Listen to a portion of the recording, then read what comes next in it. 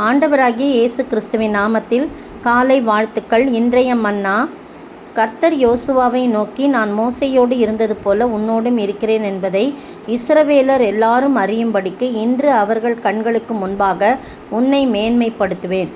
யோசுவா 3:7. யோசுவாவை குறித்து ஆண்டவர் எவ்வளோ ஒரு திட்டமும் தெளிவுமான வார்த்தைகளை சொல்கிறாருன்னு பாருங்கள்.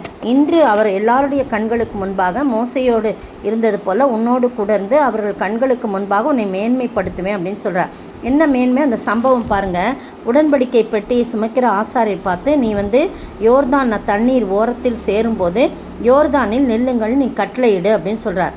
உடனே யோசுவா இஸ்ரவேல் புத்தரை நோக்கி, நீங்கள் இங்கே சேர்ந்து உங்கள் தேவனாய கர்த்தருடைய வார்த்தைகளை கேளுங்கள் அப்படின்னு சொல்லி எல்லாரையும் கூட்டி சேர்க்குறாரு. பின்பு யோசுவா சொல்கிறாரு, ஜீவனுள்ள தேவன் உங்கள் நடுவில் இருக்கிறார் என்பதையும் அவர் கானானியரையும் எல்லா ஜாதி, அந்த 7 ஜாதிகள் 9 ஜாதிகள் இருக்கிறாங்க இல்லையா, அவங்களெல்லாம் அந்த 7 ஜாதிகளையும் துரத்தி விடுவேன்னு சொல்கிறாரு.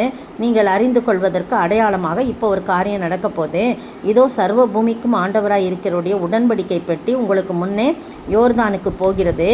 இப்போது இஸ்ரவேல் கோத்திரங்களில் 12 பேரை நீங்கள் ஒவ்வொரு கோத்திரக்கும் ஒவ்வொருவராக பிரித்தெடுங்க. சம்பவிக்கிறது என்னான்னு சொல்கிறேன் நான். சர்வ பூமிக்கும் ஆண்டவராகிய கர்த்தரின் பெட்டியை சுமக்கிற ஆசாரியர்களின் உள்ளங்கால்கள் யோர்தானின் தண்ணீரில் பட்ட மாத்திரத்தில் மேலிருந்து ஓடி வருகிற யோர்தானின் தண்ணீர் ஓடாமல் ஒரு குவியலாக நிற்கும்னு சொல்கிறான். பார்த்தீங்களா, எப்படி ஓடி வர தண்ணீர் மணல் குவியலாக இருக்கும், உப்பு குவிக்கலாம், கல் குவிக்கலாம், ஆனால் தண்ணி எப்படி குவிக்க முடியும்? ஆனால் அதுதான் சொல்கிறார், என்று உன் ஜனங்களுக்கு முன்பாக, எல்லா ஜனங்களுக்கு முன்பாக உன்னை மேன்மையாக வைப்பேன். நீ சொன்ன காரியம் அப்படியே நடக்குன்ற மாதிரி ஒரு அடையாளத்தை அவர் சொல்கிறார். பாருங்கள், சம்பவிப்பது என்னவென்றால், கர்த்தரின் பெட்டியை சுமக்கிற ஆசாரியர்களுடைய கால்கள், உள்ளங்கால்கள் அந்த யோர்தானில் பட்ட மாத்திரத்தில் மேலே இருந்து ஓடி வர, அதோ ஃபோர்ஸாக ஓடி வருகிற யோர்தானின் தண்ணீர் ஓடாமல் ஒரு குவியலாக நிற்கணும். ஜனங்கள் யோர்தானை கடந்து போக தங்கள் கூடாரங்களிலிருந்து புறப்படுறாங்க. ஆசாரியர்கள் உடன்படிக்கை பெட்டியை ஜனங்களுக்கு முன்னே சுமந்து கொண்டு போய் யோர்தான் கிட்ட வந்துடுறாங்க. யோர்தான் அறுப்பு காலம் முழுவதும் கரை புரண்டு ஓடுமா. அந்த அறுப்பு காலம் முழுதும் அவ்வளோ தண்ணி ஃபாஸ்ட்டாக போகும். பெட்டியை சுமக்கிற ஆசாரியர்கள் கால்கள் தண்ணீர் ஓரத்தில் பட்டவுடனே மேலே இருந்து ஓடி வருகிற தண்ணீர் நின்று சார்தானுக்கு அடுத்த ஆதாம் ஊர் வரைக்கும் ஒரு குவியலாக குவிந்தது. எவ்வளோ தூரத்துக்கு குவிஞ்சிருக்கு பாருங்கள். உப்பு கடல் என்னும் சமனான வெளியிலே கடலுக்கு ஓடி வருகிற தண்ணீர் பிரிந்து ஓடிற்று. அது பாருங்கள், அது பிரிந்து ஓடிற்று. அப்பொழுது ஜனங்கள் எரிகோவுக்கு எதிரே கடந்து போனார். எப்படி செங்கடல் பிரிஞ்சிச்சோ அதே மாதிரி நடுவில் பிரியுது, பக்கத்தில் நல்லா குவியலாக தண்ணி நிற்கிது. சகல ஜனங்களும் யோர்தானை கடந்து தீரு மட்டும் கர்த்தருடைய உடன்படிக்கை பெட்டியை சுமக்கிற ஆசாரியர்கள் என்ன பண்ணுறாங்க? யோர்தானின் நடுவிலே தண்ணீர் இல்லாத தரையிலே காலூன்றி நிற்கும்போது இஸ்ரவேலர் எல்லாரும் தண்ணீரற்ற உலர்ந்த தரை வழியாக கடந்து போனார்கள். பார்த்தீங்களா, யோசுவாவை கொண்டு கர்த்தர் மேன்மையான காரியங்களை செய்து அவர் மேன்மையாக வைக்கிறத பார்க்குறோம். அப்போது அடுத்தடுத்து வரக்கூடிய வம்ச வழியாய் சந்ததி சந்ததியாய் நாம் மேன்மைப்பட வேண்டும் என்று சொன்னார்.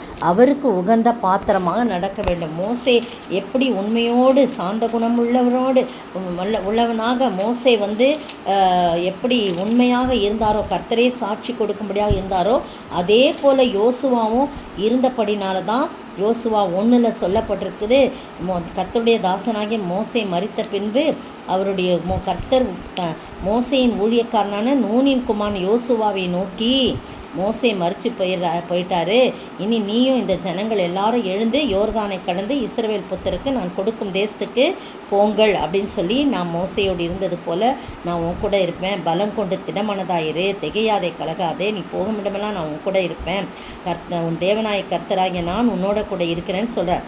அதன்படி ஜனங்களை யோசுவா ஜனங்களின் அதிபதியை நோக்கி, நீங்கள் வாங்க நம்ம போகலாம், கர்த்தர் நம்மோடு கூட இருக்கிறார் என்று சொல்லி அவர்களை அழைத்து வரும்போது தான் அந்த வார்த்தையை அவர் சொல்கிறத நம்ம பார்க்குறோம் இல்லையா. கர்த்தர் உங்களுக்கு இளைப்பாற பண்ணார், இந்த தேசத்தை உங்களுக்கு கொடுப்பாரு, நீங்கள் அதனால் சந்தோஷமாக புறப்பட்டு வாங்கன்னு சொல்லிட்டு தான் அப்படியே அழைச்சிட்டு வரும்போது தான் 3ஆம் வசனத்தில் இந்த யோர்தான் கிட்ட வரும்போது ஆண்டவர் சொல்கிறார், நீ ஜனங்களை ஒரு இடத்துல சேர்த்து இரு, ஆசாரர்கள் கால் பட்ட உடனே இப்படி நடக்கும்னு சொன்னோன்னா அதே மாதிரி நடக்குது. அசாத்தியமான காரியம், நடக்க முடியாத, யோசிக்க முடியாத, பிரமிக்கத்தக்க, அதிசயத்தக்கதான காரியங்களை நமக்காக செய்து நம்மை மேன்மைப்படுத்த வல்லவராயிருக்கிறார். அப்படிப்பட்ட ஆண்டவரை நாம் துதிப்போமா? ஜெபிப்போம். உன்னை அவர் தனக்காக தெரிந்து கொண்டார், தன் பெயரை உனக்காக வழங்கினாரே. சுற்றமும் நண்பரும் உன்னை மதிக்க கர்த்தர் உன்னை மேன்மையாக வைப்பார், கர்த்தர் உன்னை மேன்மையாக வைப்பார். நீ கலங்காதே மனமே. ஸ்தோத்திரிக்கிற ஆண்டவரே, துதிக்கிற ராஜா. சுற்றார் உற்றார் ஜனங்கள் மத்தியிலே நீ மேன்மையாக வைப்பேன்னு யோசுவாவுக்கு சொன்னது போல் எங்களை பார்த்து நீங்கள் சொல்கிறீங்க. அதற்காய் ஸ்தோத்திரம். அதற்கு நாங்கள் பாத்திரவான்களாய் பாத்திரவாட்டிகளாய் நடந்து கொள்ள நீ உதவி செய்ய வேண்டும் என்று கர்த்தரும் மீட்பெரும் ராஜாவுமாகிய இயேசு கிறிஸ்துவின் விலையேற நாமத்தில் ஜெபிக்கிறேன் பிதாவே, ஆமென். நேற்றைய பதில். மரியாள் ஏறக்குறைய 3 மாதம் எலிசபெத்தின் வீட்டில் தங்கியிருந்தார்கள். லூக்கா 1:56. இன்றைய கேள்வி: நீயோ பாலகனே, உன்னதமானவருடைய தீர்க்கதரிசி என்னப்படுவாய் என்று யாரை குறித்து சொல்லப்பட்டது? நீயோ பாலகனே, உன்னதமானவருடைய தீர்க்கதரிசி என்று யாரை குறித்து சொல்லப்பட்டது?